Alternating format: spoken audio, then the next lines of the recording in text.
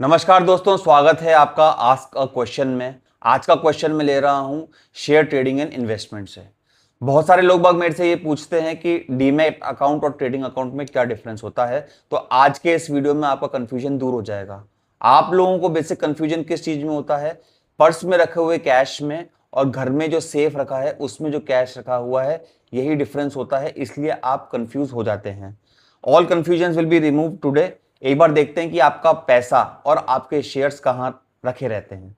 तो trading account क्या होता है? ट्रेडिंग अकाउंट एक डिजिटल गेटवे होता है। ये एक ऐसा मैकेनिज्म होता है जहां आप बाय और सेल का ट्रेड उस प्लेटफॉर्म पे लगाते हैं।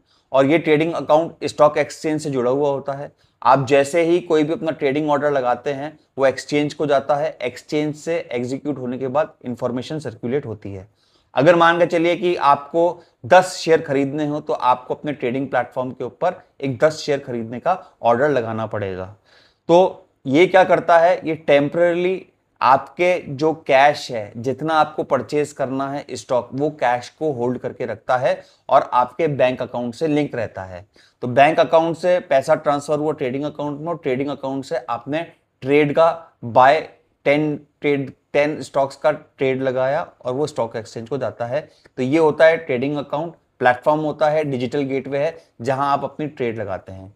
डीमैट अकाउंट क्या होता है? डीमैट अकाउंट बोलेंगे तो डीमटेरियलाइज अकाउंट, ये एक इलेक्ट्रॉनिक अकाउंट होता है। ये मान के चलिए कि ये एक डिजिटल सेफ है और एक डिजिटल पर्स है। तो अगर 10 शेयर्स आपने परचेज किए हैं ऊपर, जैसे हमने देखा ट्रेडिंग अकाउंट में, तो वो जाएंगे कहां? तो वो कहां रिसाइड करेंगे? तो वो होता है डीमैट अकाउंट। तो वो होता है डीमैट अकाउंट में जाकर के रिसाइड करेंगे। पहले के जमाने में क्या होता था कि पूरे physical share certificate, physical stock certificate चलते थे, जिनको आप खरीदने के बाद बैंक में फिजिकल लॉकर के अंदर रखते थे। अब आज का जमाना डिजिटल है, हर चीज डिजिटल हो चुका है, फिजिकल फॉर्म में कुछ नहीं है।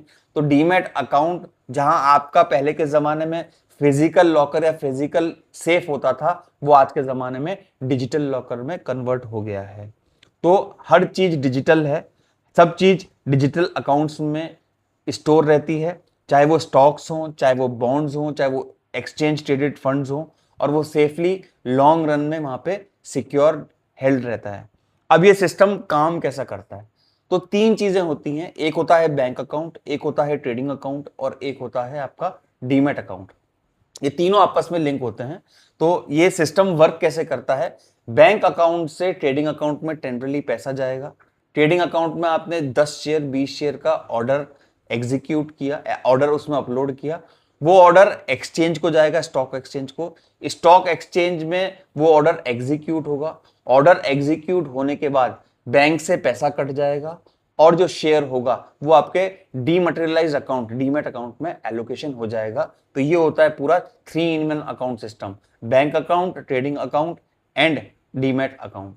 अब सेल ट्रांजैक्शन होती है, वो इसका रिवर्स है। आप ट्रेडिंग अकाउंट पे सेल ट्रांजैक्शन लगाइए, स्टॉक एक्सचेंज में वो ऑर्डर जाएगा। स्टॉक एक्सचेंज में ऑर्डर एग्जीक्यूट होने के बाद जो डीमैट अकाउंट के अंदर शेयर हैं, वो वहां से कट के वापस मार्केट में चले जाएंगे, और जो पैसा आपको मिलेगा वो आपके बैंक अकाउंट में ट्रांसफर हो जाएगा। इस तरीके से बाय एंड सेल ट्रांजैक्शंस इन तीनों अकाउंट की मदद से एग्जीक्यूट होती हैं। आपको पता है कि आपको ये दोनों अकाउंट, ट्रेडिंग अकाउंट और डीमैट अकाउंट, दोनों मैंडेटरी हैं कोई भी ट्रेड करने से पहले। वीडियो पसंद आए तो लाइक कीजिए, शेयर कीजिए, चैनल को सब्सक्राइब कीजिए। इसी तरीके की जानकारी लेकर के मिलते हैं नेक्स्ट वीडियो में। तब तक के लिए धन्यवाद।